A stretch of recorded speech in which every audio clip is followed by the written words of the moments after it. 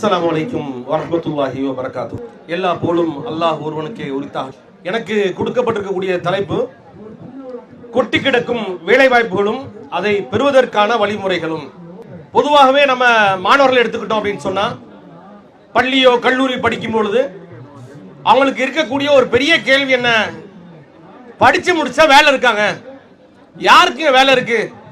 Engineering படிச்சா என்ன பண்றாங்க, ஸ்விக்கியில ஓட்டிட்டு இருக்கிறாங்க. இன்ஜினியரிங்ல படிச்சா என்ன பண்றாங்க, பிளிங்கிட் ஓட்டிட்டு இருக்காங்க. ஒரு சயின்ஸ் கிராஜுவேட் என்ன பண்றாரு, ஒரு பிளிங்கிட் ஓட்டிட்டு இருக்காரு. சோ இதுல என்ன வேலை இருக்கு, ஊபர் ஓட்டிட்டு இருக்காரு. ஊபர்ல ஓட்டினா 30,000 சம்பளம் கிடைக்குது, 20,000 சம்பளம் கிடைக்குது. நம்ம ஏஞ்சி படிக்கணும், நாளுக்கு ஒரு +2 படிச்சு முடிச்ச உடனே ஒரு வேலைக்கு போயிடலாமே என்று சொல்லக்கூடிய ஒரு கேள்வி பொதுவாகவே இருக்கு. அது உண்மைதானா?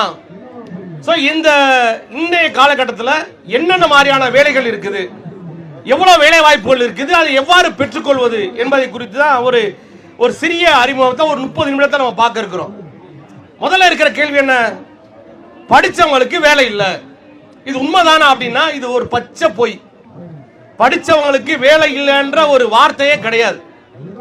சோ எவ்வளவு வேலைகள் இருக்குது இந்தியாவில், தமிழகத்தில், அரசு வேலை வாய்ப்புல, தனியார் வேலை வாய்ப்புல எவ்வளவு வேலை வாய்ப்பு இருக்கு என்ற தகவல் தான் முதல்ல பார்க்க இருக்கிறோம். இந்தியாவை பொறுத்தவரை 28 லட்சம் கம்பெனிகள் இருக்குதுங்க. இந்தியா முழுவதும் பாத்தீங்கன்னா 28 லட்சம் கம்பெனிகள் இருக்கு, ரிஜிஸ்டர் பண்ணப்பட்ட கம்பெனி. ரிஜிஸ்டர் என்ன அப்படின்னு சொன்னா, ஃபார்மலா ஒரு அரசாங்கத்துல நான் அப்படி ஒரு கம்பெனி வச்சிருக்கிறேன், அதுக்கு ஒரு ரூல் இருக்கு, ஒரு ஆக்ட் இருக்கு. அது பிரகாரம் ஒவ்வொரு ஆண்டும் இந்த தகவலை அரசாங்கத்துக்கு சமர்ப்பிக்கக்கூடிய ஒரு கம்பெனிகள் பாத்தீங்கன்னா சுமார் 28 லட்சம் கம்பெனிகள் இருக்கு. அதுல ஆக்டிவா ஒவ்வொரு வருஷம் பண்ணக்கூடிய கம்பெனி பாத்தீங்கன்னா 18 லட்சம் கம்பெனிகள் இருக்கு. சோ இப்படிப்பட்ட கம்பெனிகள் ஒரு இந்தியாவில் பல லட்சம் கம்பெனிகள் இருக்குது. தமிழ்நாட்டை பொறுத்தவரை எவ்வளவு கம்பெனி இருக்குது அப்படின்னு பாத்தீங்கன்னா சுமார் 1,22,000 கம்பெனி தமிழ்நாட்டில் இருக்கு. தமிழ்நாட்டில் இருக்கக்கூடிய கம்பெனி எவ்வளவு, சுமார் 1,22,000 கம்பெனிகள் தமிழ்நாட்டில் இருக்கு. சரி, எவ்வளவு வேலை வாய்ப்புகள் இருக்குது கவர்மெண்ட் செக்டார்லயோ பிரைவேட் செக்டார்ல பாத்தீங்கன்னா, இந்தியாவில் பொறுத்த வரைக்கும் அதிகமான வேலை வாய்ப்பு தரக்கூடிய ஒரு பிரைவேட் செக்டார் அப்படின்னா அது அக்ரிகல்ச்சர் தான், விவசாயம் தான். விவசாயம்னா தொழில் சம்பந்தப்பட்ட, ஒவ்வொருவரும் விவசாயம் பண்ணுவாங்க, அப்படிப்பட்ட வேலைகள் இருக்குது. கவர்மெண்ட் செக்டார்ல அதிகமா வேலை தரக்கூடியது என்ன அப்படின்னு சொன்னா ரயில்வேஸ் தான். சோ அவ்வளவு வேலை வாய்ப்புகள் அரசாங்கத்தில் இருக்கக்கூடிய வேலை வாய்ப்புகள் நம்ம பார்க்க முடியுது. தமிழ்நாட்டை பொறுத்தவரை ஒவ்வொரு ஆண்டும் எவ்வளவு வேலை வாய்ப்பு எடுக்கிறாங்க, சுமார் இதுவரைக்கும் சுமார் 14 லட்சம் வேலை வாய்ப்புகள் அரசாங்கத்தின் சார்பாக நடத்தப்படக்கூடிய தனியார் வேலை வாய்ப்பு முகாம்கள் மூலமாக மட்டும் சுமார் 14 லட்சம் வேலை வாய்ப்புகள் கிடைக்குது. சோ அவ்வளவு வேலை வாய்ப்புகள் கிடைக்குது. அதுக்கப்புறம் பாத்தீங்கன்னா அரசு வேலைகளை பொறுத்தவரை என்னென்ன அரசு வேலைகள் இருக்குது, நமக்கு தெரிஞ்ச ஒரே அரசு வேலை என்ன, டிஎன்பிஎஸ்சி குரூப் 4. அது தவிர ஏதாவது இருக்குதா அப்படின்னா நமக்கு வேற எந்த வேலை வாய்ப்பும் தெரியாது. சோ என்னென்ன அரசு வேலை வாய்ப்புகள் இருக்குது அப்படின்னு சொல்லி பாத்தீங்கன்னா, எஸ்எஸ்சின்னு சொல்லுவாங்க, ஸ்டாஃப் செலக்ஷன் கமிஷன். சோ அரசாங்க வேலை வாய்ப்புகள்ல அதிகமான அளவு வேலை வாய்ப்புகளை கொடுக்கக்கூடியது யாருன்னா இவங்க தான். யாரை தாண்டி, டிஎன்பிஎஸ்சியை தாண்டி, ரயில்வேவை தாண்டி அதிகமான வேலை வாய்ப்புகளை கொடுக்கக்கூடியது யாருன்னா எஸ்எஸ்சி தான்.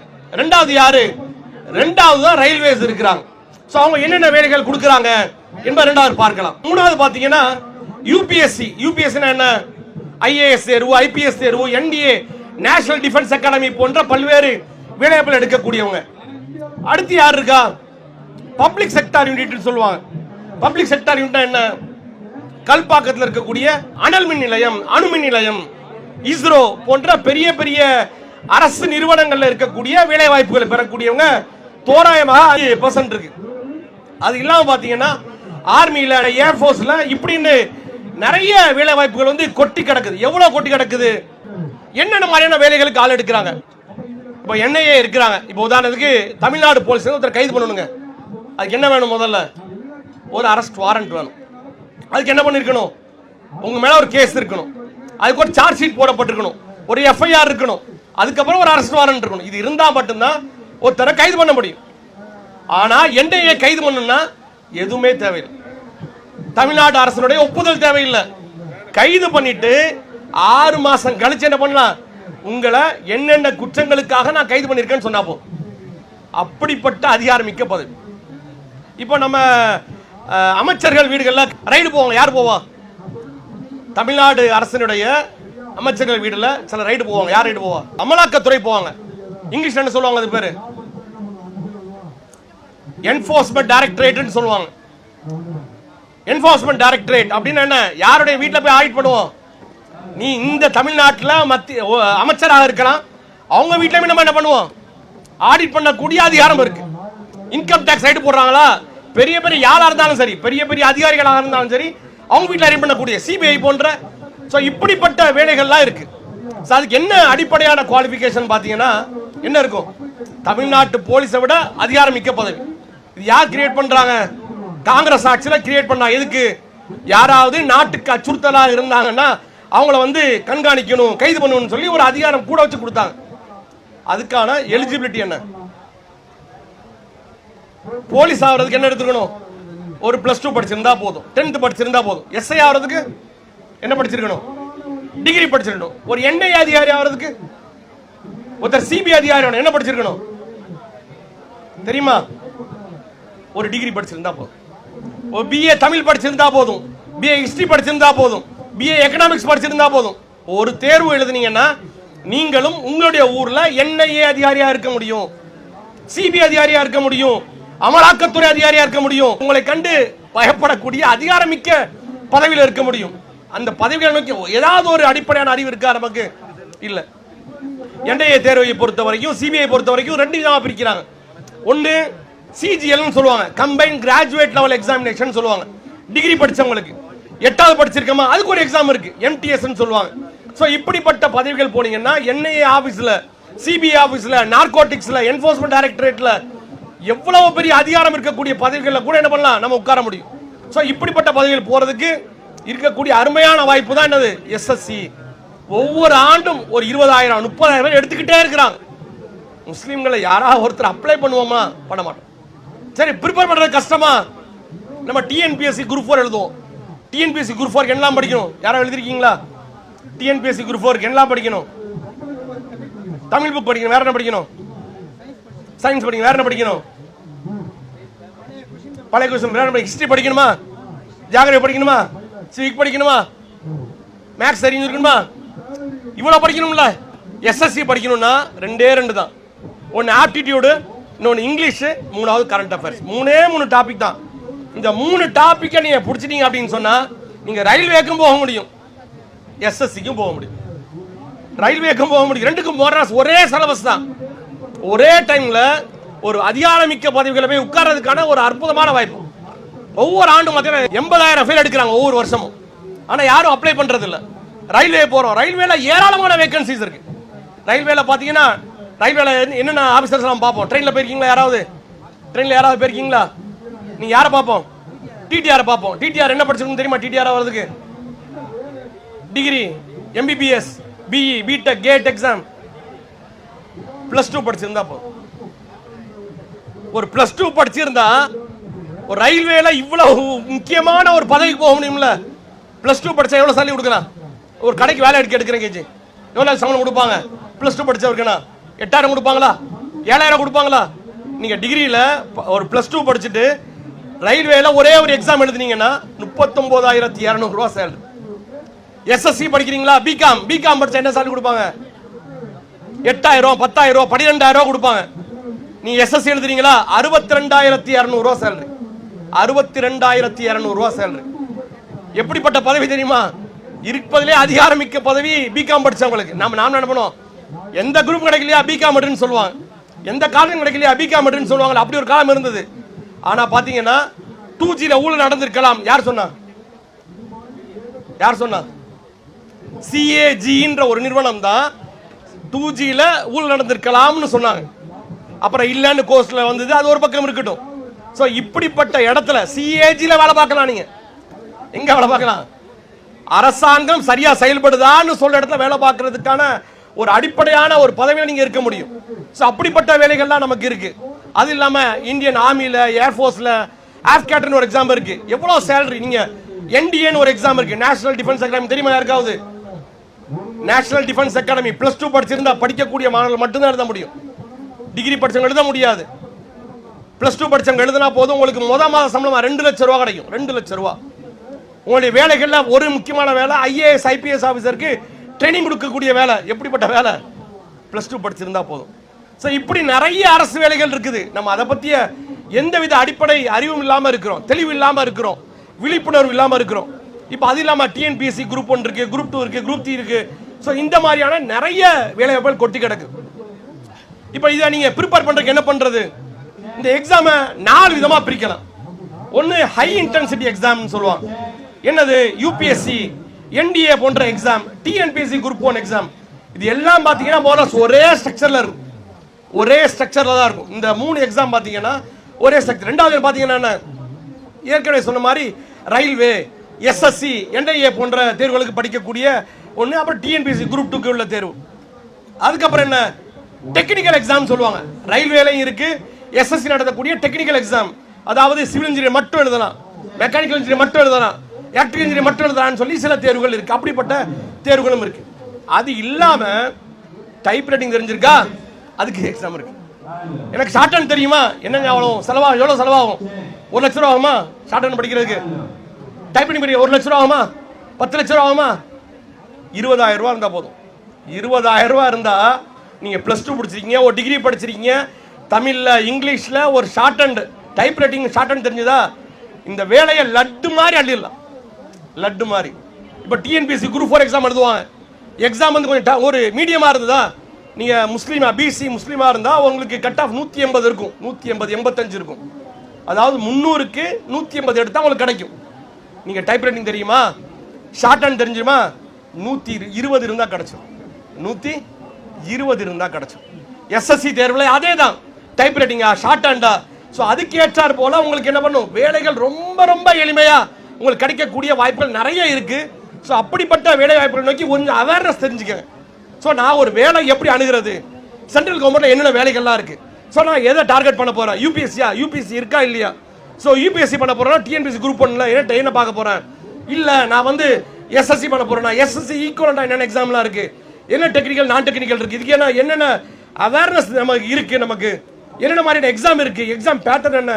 நீங்க யூடியூப்ல பார்த்தா அவ்வளோ வீடியோஸ் இருக்கு. எவ்வளவு எளிமையாக நீங்க யாரை பார்த்தாலும் சரி, நீங்க UPSC இருந்தாலும் சரி, TNPSC குரூப் 4 இருந்தாலும் சரி, குரூப் 1 இருந்தாலும் சரி, SSC இருந்தாலும் சரி, யாரை கேட்டாலும் சொல்றது என்ன, நான் படிக்கணும்னு முடிவு பண்ணேன், நான் கவர்மெண்ட் ஜாப் போகணும்னு முடிவு பண்ணேன், ஒரு 8 மாசம் உழைச்சேன், 9 மாசம் உழைச்சேன், இன்னைக்கு அரசு அதிகாரியா இருக்கேன். 2 தான் வேணும். ஒன்று என்ன முடிவு, இதுதான் என்னுடைய ஜாப் வந்து கவர்மெண்ட் ஜாப் போகிறேன். 2வது என்ன, ஹார்ட் ஒர்க். தெளிவா பிளான் பண்ணி ஒரு நெறிமுறைப்படுத்தப்பட்ட ஒரு வேலையை நம்ம பண்ணோம்னா லட்டு மாதிரி ஈஸியாக ஆளலாம். ஒரு கவர்மெண்ட் ஆஃபீஸ்க்கு போனால் எவ்வளோ சிரமம் தெரியும்ல, ஒரு VAஓட்ட ஒரு கையெழுத்து வாங்கணும்னா, ஒரு ஒரு ஒரு அதிகாரிட்ட கையெழுத்து வாங்குறது எவ்வளோ சிரமம் தெரியும். ஒரு VAஓட அதிகாரம் தெரியுமா? TNPSC குரூப் 4 எக்ஸாம் எழுதுறோம். TNPSC இருக்கக்கூடிய த லோவஸ்ட் எக்ஸாம் தான் இருப்பதிலேயே ரொம்ப ரொம்ப ரொம்ப கம்மியான எலிஜிபிலிட்டி இருக்கக்கூடிய தேர்வு என்ன, TNPSC குரூப் 4. படிச்சனாலாம் VAஓ ஆகலாம். ஆனால் அது ஆனா எவ்வளோ நன்மை பண்ணலாம் தெரியுமா? ஒரு ஜமாத் செய்யக்கூடிய, ஒரு மாநிலம் செய்யக்கூடிய நன்மையை ஒரு ஆள் பண்ண முடியும், ஒரு ஆள் பண்ண முடியும். அவ்வளவு அதிகாரம் இருக்கும். அந்த கிராமத்தை, உங்களுக்கு கீழே இருக்கக்கூடிய 10-15 கிராமத்தை புரட்டி போட்டுடலாம். அந்த கிராமத்துல முஸ்லிம்களை குறித்த ஒரு எண்ணம் இருக்கும்ல, அதை மாத்திடலாம் ஒரு ஆள். நீங்க நினைச்சீங்கன்னா அவ்வளவு நன்மையான நலத்திட்ட உதவிகளை செய்யக்கூடிய எல்லா வேலைகளுக்கும் ஒரே ஒரு பச்சை இங்கு. அது யாரு? VAஓ போற கலெக்டர் இல்ல, RI இல்ல, அதெல்லாம் ரொம்ப பெரிய வேலைகள் தான், மறுக்கல. ஆனா TNPSC குரூப் 4 நீங்க சரியா படிச்சு ஒரு இறையச்சத்தோட தௌஹீத்வாதியா இருந்தாங்கன்னா, அல்லாஹ் பார்த்துட்டு இருக்கிறான், நான் செஞ்சா எனக்கு மறுமையில் நன்மைன்னு ஒரு செஞ்சார் அப்படின்னா, அந்த 15-20 கிராமம் இருக்குல்ல, இஸ்லாத்தை குறித்து அவங்க பார்வையே மாறி இருக்கும். ஏன்பா இந்த பாய் லஞ்சம் வாங்க மாட்டிருக்காரு, இந்த பாய் வந்து ஒரு ஃபார்ம் கொடுத்தார், கையெழுத்து போட்டு தான் கொடுத்தார், 2000 ரூபாய் கிடைக்குது. இந்த பாய் வந்து கொடுத்தாரு, ஒரு ஃபார்ம் கையெழுத்து கொடுத்தேன், 5 லட்சம் ரூபாய்க்கு மருத்துவ காப்பீடு கொடுத்துருக்காங்க, நான் தள்ளுபடி தான் தள்ளிட்டு போறேன், எனக்கு கையெழுத்து போட்டு கொடுத்தாரு, என் பையனுக்கு ஸ்கூல்ல இருந்து ஸ்காலர்ஷிப் கொடுத்துருக்காங்க, எப்ப நான் வந்து விவசாயியா தான் இருக்கேன், எனக்கு ஒரு ஃபார்ம் கொடுத்துருக்காரு, என் பையனுக்கு கல்வி உதவி கொடுக்குறாங்க, ஒரு மாற்றுத்திறனாளியா இருக்காரு, ஒரு பெண்மணியா இருக்கிறாங்க, தையல் இயந்திரம் கிடைக்குது, யாருக்கு? எல்லாத்துக்கும் ஒரே ஒரு கையெழுத்து. TNPSC குரூப் 4 உலகத்தில் அப்படிப்பட்ட எளிமையான ஒரு தேர்வு கிடையாது. ஒரு டிகிரி படிச்சிருந்தா 58 வயசு வரைக்கும் எழுதலாம். 58 வயசு வரைக்கும் நீங்க தேர்வான யார் எடுத்துக்கிட்டாலும் சரி, ரொம்ப தெளிவாக கேட்டு பாருங்க. 8 மாதம் 9 மாதம் உழைப்பு எடுத்தா உங்களை கத்துக்க முடியும். அதுக்கு நேரம் இந்த பக்கம் போறோம் அப்படின்னு சொன்னா பிரைவேட் செக்டர், அரசு துறை ஒரு பக்கம் இருக்கு, ரெண்டாவது பிரைவேட் செக்டர் இருக்கு. பிரைவேட் செக்டர்ல ஏற்கனவே சொன்ன மாதிரி அதிகமானது வந்து அக்ரிகல்ச்சர், அதை நம்ம விட்டுறலாம். அது இல்லாம பாத்தீங்கன்னா சுமார் 87 லட்சம் பேர், 20 லட்சம் பேர், 30 லட்சம் பேர் நிறைய வேலைகள் இந்தியா முழுசும் கொட்டி கிடக்கு. இப்ப ஆல்ரெடி முன்னாடி சொல்லியிருப்பாங்கல்ல, வேலைகள் இருக்கு. உதாரணம் என் நிறுவனத்தை எடுத்துக்கிறோன்னு, என் நிறுவனத்தில் எனக்கு கீழே ஒரு 8 வேகன்சி இருக்கு. இது வரைக்கும் ஒரு 45-50 பேர் இன்டர்வியூ பண்ணேன். ஒரு ஆள் எடுத்திருக்கேன். ஒரு ஆள் எடுக்கிறதுக்கு எத்தனை பேருக்கு இன்டர்வியூ பண்ண வேண்டியது இருக்கு? 40-50 பேர் இன்டர்வியூ பண்ணாலும் எப்பா எவனாவது கொஞ்சமா சொல்லிருக்கடா, சொன்னாங்களா கம்யூனிகேஷன் என்ன, சாஃப்ட் ஸ்கில்னா என்ன, எதுவும் தெரியாது. ஏன் தெரிய மாட்டிருக்குன்னா, இது பண்ணா எனக்கு என்ன வேலை, எனக்கு கிடைக்கக்கூடிய வருமானம் என்னன்னு தெரிஞ்சுக்கணும். நமக்கு மைண்ட் செட் என்ன, ஜி பரோட்டா மாஸ்டருக்கு 30,000 கொடுக்குறாங்க, பிகாம் படிச்சுனா 8,000 கொடுக்குறாங்க, பரோட்டா மாஸ்டருக்கு 30,000 கொடுக்குறாங்க, ஊபர்ல 30,000 சம்பாதிக்கலாம், ஆனா இன்ஜினியர் தான் 8,000 சம்பாதிக்கலாம். ஸோ அந்த ஆஸ்பெக்ட்ல நம்ம என்ன பண்றோம், ஒரு பிரைவேட் ஜாப் அணுகிறோம். நீங்க சரியான ஒரு கண்ணோட்டத்தில் வேலைக்கு போனீங்க அப்படின்னா, சரியான கம்யூனிகேஷன் இருந்தது அப்படின்னு சொன்னா, ஒரு 15-20 வருடத்தில் அவங்க சேலரி 1 கோடி ரூபாய் டச் பண்ணிருக்கும். 15-20 வருஷத்துல உங்க ஆனுவல் சேலரி, உங்க மாச சம்பளம் 8.5 லட்சம் ரூபாய் இருக்கும். நல்ல சரியான முறையில் நீங்க டிராவல் பண்ணீங்க அப்படின்னா அவ்வளோ. அதான் அந்த ஒரு எக்ஸாம்பிள் போட்டு ஆவரேஜா பாத்தீங்கன்னா உங்களுக்கு ஒரு 15 வருஷம் 20 வருஷம் தாண்டிடுச்சா, உங்க சேலரி 30 லட்சம் ரூபாயிலிருந்து 1 கோடி ரூபாய் வரைக்கும் இருக்கு. ஸோ இப்படிப்பட்ட ஒரு டைவர்சிஃபைடு உங்களுக்கு ஆப்பர்ச்சுனிட்டிஸ் நிறைய இருக்கு. அதுக்கு என்ன வேணும், முதல்ல முயற்சி பண்ணணுங்க. நல்ல மார்க் எடுங்க, நல்லா படிங்க, வேலையை தேடுறது எப்படி பண்றது. இப்போ படிச்சவர்கள் இருக்கக்கூடிய ரெண்டாவது முக்கியமான பிரச்சனை என்ன அப்படின்னு சொன்னா, எதை படிச்சா என்ன வேலை இருக்கு. இதுக்கு வேற யாரும் எக்ஸாம்பிள் சொல்ல வேணாம், நான் என்னையே சொல்லிக்கிறேன். நான் எம்எஸ்சி படிச்சிருக்கேன். எம்எஸ்சி அண்ணா யூனிவர்சிட்டி கேம்பஸ்ல நான் படித்தேன். படிச்சுட்டு இருக்கும்போது 2வது வருஷம் நெருங்குது, முடிய போகுது. கேம்பஸ் இன்டர்வியூ வராங்க. கேம்பஸ் இன்டர்வியூ எங்கேருந்து வராங்கன்னா, ஹைதராபாத்லேருந்து ஒரு மருந்து கம்பெனிலேருந்து வராங்க. நான் அவன்கிட்ட கேட்குறேன், எப்பா நான் படித்தது கெமிஸ்ட்ரி, எதுக்கு மருந்து கம்பெனிலேருந்து இன்டர்வியூ எடுக்க வராங்க அப்படின்னா, என் கலிக்கு தான் சொன்னாங்க, எப்பா கெமிஸ்ட்ரி படித்தா மருந்து கம்பெனியில் வேலை இருக்குப்பா, தெரியாதா அப்படின்னு கேட்டாங்க. இப்படி தான் நம்ம அவேர்னஸ் இருக்கு. நான் என்ன படிக்கிறேன், எனக்கு என்னென்ன ஆப்பர்ச்சுனிட்டிஸ் இருக்கு, என்னென்ன டிபார்ட்மெண்ட்ஸ், என்னென்ன கம்பெனிஸ்ல வேலையை போக முடியும், என்னென்ன செக்டாருக்கு போக முடியும், எந்தெந்த செக்டார்ல என்னென்ன வேலை இருக்கு, எந்தெந்த வேலையில எப்படி growth இருக்கு, எந்த growth இல்லாம இருக்கு. ஸோ இதெல்லாம் தெரியாம வேலை சூஸ் பண்ணக்கூடாது. ஒரு கம்பெனி ஐடியில் போறோம், ஒரு மேனுஃபேக்சரிங் செக்டார் போறோம் அப்படின்னு சொன்னா, நீங்க எல்லாம் படிச்சவங்க நிறைய வேலைகள் ஆப்பர்ச்சுனிட்டிஸ் இருந்தாலும் கூட, நான் படிச்சா எந்த துறைக்கு போகணும், நான் குவாலிட்டிக்கு போகணுமா, ரிசர்ச் அண்ட் டெவலப்மெண்ட் போகணுமா, வேர் ஹவுசிங் போகலாமா, மார்க்கெட்டிங் போகலாமா. ஸோ இதில் இருக்கக்கூடிய சேலஞ்சஸ் என்ன. ஸோ இந்த வேலைக்கு போனால் நான் அடுத்தடுத்து என்னென்ன படிக்கணும், என் ஸ்கில்லை டெவலப் பண்ணுறது என்ன பண்ணணும். நான் இப்போ வந்து ஒரு மார்க்கெட்டிங்கில் இருக்கிறேன் அப்படின்னா, நான் என்னென்ன அடிஷனல் கோர்சஸ்லாம் நான் படித்தா எனக்கு ரொம்ப யூஸ்ஃபுல்லாக இருக்கும் என்பது போன்ற நம்ம விஷயங்களை கற்றுக்கணும். நீங்கள் பிரைவேட் செக்டரை பொறுத்த வரைக்கும் நீங்கள் யூஸ்வலாக பார்ப்பீங்க, கூகுளில் 8 லட்சம் பேரை வீட்டுக்கு அனுப்பிட்டாங்க, மைக்ரோசாஃப்டில் ஒரு 50,000 பேரை வீட்டுக்கு அனுப்பிட்டாங்க, இந்த கம்பெனியில் 8,000 பேரை வீட்டுக்கு அனுப்பிட்டாங்க. ஏன் அனுப்புறாங்க தெரியுமா? பார்த்துருக்கீங்களா? இந்த நியூஸை பார்த்துருக்கீங்களா? ரொட்டீனா பார்ப்பீங்க, பெரிய பெரிய கம்பெனியில் 10,000 பேர், 20,000 பேர், 30,000 பேர் என்ன பண்ணுவாங்க, அனுப்பிக்கிட்டே இருப்பாங்க. யார் அவங்க? ஏதாவது டுபாகூர் காலேஜில் படித்தவங்களா, நல்ல பெர்ஃபார்மன்ஸ் ஆனவங்களா, யாரு? ட்ரெண்டில் இல்லாதவங்க. ட்ரெண்ட்னா என்ன? ட்ரெண்டுக்கு ஏற்ற மாதிரி ஷர்ட் போடுறது இல்லை. இன்றைக்கு என்ன டெக்னாலஜி வந்திருக்கு, இந்த டெக்னாலஜி நம்ம என்ன பண்ணணும், யார் அது தெரியலையோ. இப்போ சொன்னாங்கல்ல, இப்போ இந்த ஒரு கம்யூனிகேஷன்ல, எமோஷனல் இன்டெலிஜென்ஸ்ல உள்ள அடிப்படையான விஷயத்துல இது ஒரு முக்கியமான விஷயம். என்ன கரண்ட் ட்ரெண்ட்ல என்ன இருக்கு அது தெரிஞ்சிங்கன்னா, பிரைவேட் செக்டார்ல உங்களுக்கு கோடிக்கணக்கான வேலைவாய்ப்புகள் கொட்டி கிடக்குதுங்க. நீங்க அல்றதும் கீழ்றதும் நம்ம கையில தான் இருக்கு. ஸோ அவ்வளவு ஆப்பர்ச்சுனிட்டிஸ் வந்து நிறைய கிடைக்குது. நம்ம என்ன பண்றது இல்லை, அந்த மாதிரியான ஆப்பர்ச்சுனிட்டிஸ் வந்து நம்ம தேடி அதை போய் எடுக்கிறது இல்லை. ஸோ வேலைவாய்ப்புகளை பொறுத்த வரைக்கும் அரசு துறையாக இருந்தாலும் சரி, ஒவ்வொரு வருஷமும் தோராயமாக ஒரு 2 லட்சம்லேருந்து ஒரு 20 லட்சம் வேலைவாய்ப்புகள் வந்து அரசு மட்டுமே கொடுக்குது. 80,000 ஒரு 8 லட்சம் வேலைவாய்ப்புகள் வந்து கவர்மெண்ட் செக்டார் மூலமா கிடைக்குது. பிரைவேட் செக்டர்ல பார்த்தீங்கன்னா ஒரு 80லேருந்து 1 கோடி வேலைவாய்ப்புகள் வந்து ஒவ்வொரு வருஷமும் கொடுக்குறாங்க. ஆனால் நம்ம அதுக்கு தயாராக இல்லை. அதுக்கு என்ன, முதல்ல குவாலிஃபிகேஷன், ரெண்டாவது கம்யூனிகேஷன். ஏற்கனவே சொன்னாங்க, கம்யூனிகேஷன் இருக்கிறது, ஸ்கில்லை டெவலப் பண்ணுறது. இப்போ நான் ஒரு ஃப்ரெஷராக இருக்கிறேன், நான் காலேஜ் படிச்சுட்டு இருக்கேன், நான் என்ன பண்ணுறது, நான் ஃப்ரெஷராக இருக்கேன், காலேஜ் படிக்க, இப்போ நான் என்ன பண்ணுறது, அதை சொல்லி என்னுடைய உரையை முடிச்சுக்கிறேன். இப்போ நான் ஃப்ரெஷராக இருக்கிறேன் அப்படின்னா முதல்ல என்ன, நம்ம இருக்கக்கூடிய பெரிய சேலஞ்ச் என்னன்னா, எந்த கம்பெனிலையும் ஃப்ரெஷரை ஈஸியாக எடுக்க மாட்டாங்க. ஏன் அப்படின்னா உங்களை எடுத்து ஒரு 6 மாதத்துலேருந்து 1 வருஷம் வரைக்கும் என்ன பண்ணணும், ட்ரைனிங் கொடுக்கணும். அதுக்கு அவனுக்கு கொடுக்கக்கூடிய செலவு, உங்களுக்கு சம்பளம் கொடுத்து, இடம் கொடுத்து, கம்ப்யூட்டரை கொடுத்து, சாப்பாடு போட்டு, வண்டியை கொடுத்து செலவு பண்ணணுமான்னு யோசிப்பாங்க. ஸோ உங்களுக்கு அந்த ஆப்பர்ச்சுனிட்டிஸ் கம்மியாக இருக்கும். அதுக்கு என்ன பண்ணுறது, நீங்கள் அதை முடித்த உடனேயே, டிகிரிக்கு முடித்த உடனேயே முதல்ல ஏதாவது இன்டர்ன்ஷிப் பண்ண முடியுமா, எங்கேயாவது ஃப்ரீயாக இருந்தாலும் சரி உங்களால் ஒரு சர்டிஃபிகேஷன் கோர்ஸ் பண்ண முடியுமா, இல்லை ஏதாவது ஒரு ஸ்கில்ஸை டெவலப் பண்ண முடியுமா. ஸ்கில் டெவலப் பண்ணுறது காசு வேணுமா, அதுவும் இல்லை. ஸ்கில் டெவலப் பண்ணுறதுக்கு நிறைய ஃப்ரீ ஆப்ஷன் இருக்கு. NPTEL யாருக்கு தெரியுமா, NPTEL கேள்விப்பட்டிருக்கீங்களா? NPTEL நிறைய ஃப்ரீ கோர்ஸ் இருக்கு, இடுமி இருக்கு, அதில் பே பண்ணி பண்ணலாம். ஸோ இந்த உதாரணத்துக்கு நான் சாஃப்ட்வேர் போகணும்னு முடிவு பண்ணிட்டேன். சாஃப்ட்வேர் எதில் போக போகிறேன், டெவலப்மெண்ட்டா டெஸ்டிங்கா, இல்லை நான் ஃப்ரண்ட் எண்டா பேக் எண்டா நான் இது பண்ண போகிறேன். ஓகே, நான் 1 இல்லை 2 நம்ம டார்கெட் பண்ணலாம். ஸோ நான் ஃப்ரண்ட் அண்ட் பேக் எண்ட் மட்டும் பண்ண போகிறேன், விட்டுருங்க. ரெண்டாவது அதில் என்னென்ன கோர்ஸ்லாம் பண்ணலாம். ஸோ ரெண்டாவது இதுக்கப்புறம் இருக்கக்கூடிய என்னென்ன கம்பெனிஸ்லாம் இருக்குது பார்த்துருங்க. யூஸ்வலாக அவங்க சேலஞ்சு பார்த்தீங்கன்னா அதிகமான இப்போ கரண்ட் ட்ரெண்டில் இருக்கக்கூடிய இஷ்யூஸ் வரணும். சாஃப்ட்வேர் கம்பெனியாக இருக்கட்டும், பிரைவேட் கம்பெனியாக இருக்கட்டும், ஒரு ஆளை எடுக்கிறதுக்கு எவ்வளோ நாள் ஆகுதான், 32 நாள் ஆகுதுன்றாங்க. ஒரு ரெக்வெஸ்ட் ஃபில்அப் பண்ணுறதுக்கு 35 நாள் ஆகுது. ஒரு இன்டர்வியூ இப்போ 100 பேர் அப்ளை பண்ணுறாங்கன்னா இன்டர்வியூ கூப்பிடவே வெறும் 3 பேர் தான் கூப்பிடுறாங்க. ஏன், ரெஸ்யூம் குவாலிட்டியா இல்லை. இன்டர்வியூ பண்ணுறவங்கள ஆஃப் லெட்டர் அனுப்புறது எவ்வளோ பேர் இருக்கிறாங்க, 1 3 பேர் தான் கூப்பிடுறாங்கன்னு இப்படி நிறைய புள்ளி விவரங்கள் இருக்கு. அதுக்கப்புறம் என்ன, உங்களுக்கு டேட்டாலாம் நம்ம ஸ்கில்ஸ் டெவலப் பண்ணிட்டீங்களா, முதல்ல என்ன இன்டர்வியூக்கு போங்க. இன்டர்வியூவில் போன உடனே கண்டிப்பாக சக்ஸஸ் ஆகுமா, ஆகாது.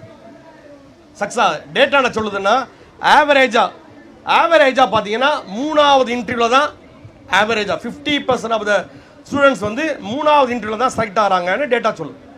ஸோ முதல்ல ஃபெயில் ஆகலாம், 2வது ஃபெயில் ஆகலாம். முதல்ல ஏன் ஃபெயில் ஆச்சு அதுக்கான காரணத்தை புரிஞ்சுக்கிட்டு அதை எப்படி இம்ப்ரூவ் பண்ணுறது என்பது போன்ற தகவலை பாருங்கள். ரெஸ்யூமை எப்படி குவாலிட்டியாக பண்ணுறது எல்லாமே நமக்கு இப்போ நிறைய ஆட்டோமேஷன் டூல்ஸ் இருக்குது. ChatGPT இருக்கட்டும், இல்லை நிறைய AI டூல்ஸ் இருக்குது. நம்ம என்ன பண்ணுறோம், அதை யூஸ் பண்ணுறோன்ற பேரில் நம்ம மூளையை பயன்படுத்துறதே இல்லை. அதில் என்ன கர்மம் போட்டுருந்தாலும் சரி அப்படியே எடுத்து காப்பி பேஸ்ட் பண்ணிட்டு என்ன பண்ணுறோம், ரெஸ்யூமை போட்டுரும். அதில் கேட்குற எந்த கேள்விக்கும் பதில் சொல்ல தெரியல. ஸோ ரெஸ்யூம் நமக்கு நம்முடைய கேரக்டருக்கு ஏற்ற மாதிரி, நம்முடைய கோர்ஸுக்கு ஏற்ற மாதிரி கரெக்டாக இருக்கான்னு பார்க்குறது. ரெண்டாவது இன்டர்வியூக்கு ப்ரிப்பரேஷன் பண்ணுறது, அது சரியாக பண்ணுறோமா. இன்டர்வியூவில் நம்ம எப்படி பேசுறது, டெல் மீ அபௌட் யுவர் என்ன சொல்ல போகிறோம், ஹாபின்னா என்ன சொல்ல போகிறோம். ஒருத்தருடைய வேலையை தீர்மானிக்க போகிறது ஹாபிஸ். நிறைய பேருடைய வாழ்க்கையை ஒரு இன்டர்வியூடைய மொத்த சாப்டரை ஒரு சின்ன இன்சிடென்ட் மாற்றி கொடுத்துரும். ஒரு சின்ன இன்சிடென்ட் மொத்த இன்டர்வியூவில் செலக்ட் ஆகுமா வேணாமான்னு முடிவு பண்ணுறது எது வேணாலும் இருக்கலாம். உங்களை வெல்கம் பண்ணுறதா இருக்கலாம், டெல் மீ அபௌட் யுவர் செல்ஃபாக இருக்கலாம், இல்லாட்டி உங்களை ஹாபியாக இருக்கலாம். உதாரணத்துக்கு என்னுடைய ஃப்ரெண்டை ஒருத்தர் இன்டர்வியூ பண்ணாங்க. அவங்கள்ட்ட கேட்டாங்க உங்கள் ஹாபி என்ன. நம்ம என்ன சொல்லுவோம், எல்லா ரெஸ்யூமில் இருக்க ஹாபி என்ன ஹாபி என்ன, ரீடிங் புக்ஸ், லிசனிங் மியூசிக். முஸ்லீமாக என்ன பண்ணுவான், reading books, playing cricket, reading books, playing chess, அவ்வளோதானே. அவர் ஃபிஷிங்னு போட்டிருந்தார், மீன் பிடிப்பேன் போட்டிருந்தார். அவர் மேனேஜர் ரோலுக்கு அப்ளை பண்ணியிருந்தார். உனக்கு கேட்டாங்க என்னப்பா ஃபிஷிங் நான் ஏன் பண்ணுறேன். இப்போ நீங்கள் என்ன பிளேயிங் ரீடிங் புக்ஸ், அவர் என்ன கேட்கலாம், என்ன புக் படிச்சிங்க ரீசெண்டாக நம்ம ஜமாத்தில் போடுற வாராந்திர மாதாந்திர இதில் நம்ம படிக்க மாட்டோம், நடுநிலை சமுதாயத்தை தொட்டு பார்க்க மாட்டோம், நம்ம என்னத்தை படிக்க அப்படி தானே சொல்லுவோம். அதுவும் தெரியாது நமக்கு. ரீடிங் புக்ஸ் என்ன புக்கை படித்த, உனக்கு தெரிஞ்ச ஆத்தர் யார், அவர் என்ன புக் பப்ளிஷ் பண்ணார், எதுவும் தெரியாது. ஸோ அவர் கேட்குறாங்க ஏன் ஃபிஷிங்னு கேட்டாங்க. இல்லை நான் மீன் பிடிக்கிறதுக்கு, நான் தூண்டில் வச்சு மீன் பிடிக்கிறது ரொம்ப ஆசை. ஏன்னா என்னுடைய அடுத்தடுத்த செக்டர் போகும்போது எனக்கு நிறைய பேஷன்ஸ் இருக்கணும்னு நான் எதிர்பார்க்குறேன், நல்ல பொறுமையாக இருக்கணும்னு நினைக்கிறேன், எனக்கு அமைதியாக இருக்கணும், ஒரு வேலை செஞ்சால் பிளான் பண்ணி பண்ணணும், என்னுடைய எமோஷன்ஸை கண்ட்ரோல் பண்ணணும், அதுக்காண்டி ஏன் பண்ண அப்படின்னா மீன் பிடிக்க போவேன், மீன் போடுவேன், தூண்டிலாம் போட்டு பண்ணுவேன். சில நேரத்துக்கு மீன் கிடைக்கும், சில நேரத்துக்கு கிடைக்காது, சில நேரத்துக்கு நிறைய மீன் கிடைக்கும், சில நேரத்துக்கு கிடைக்காது.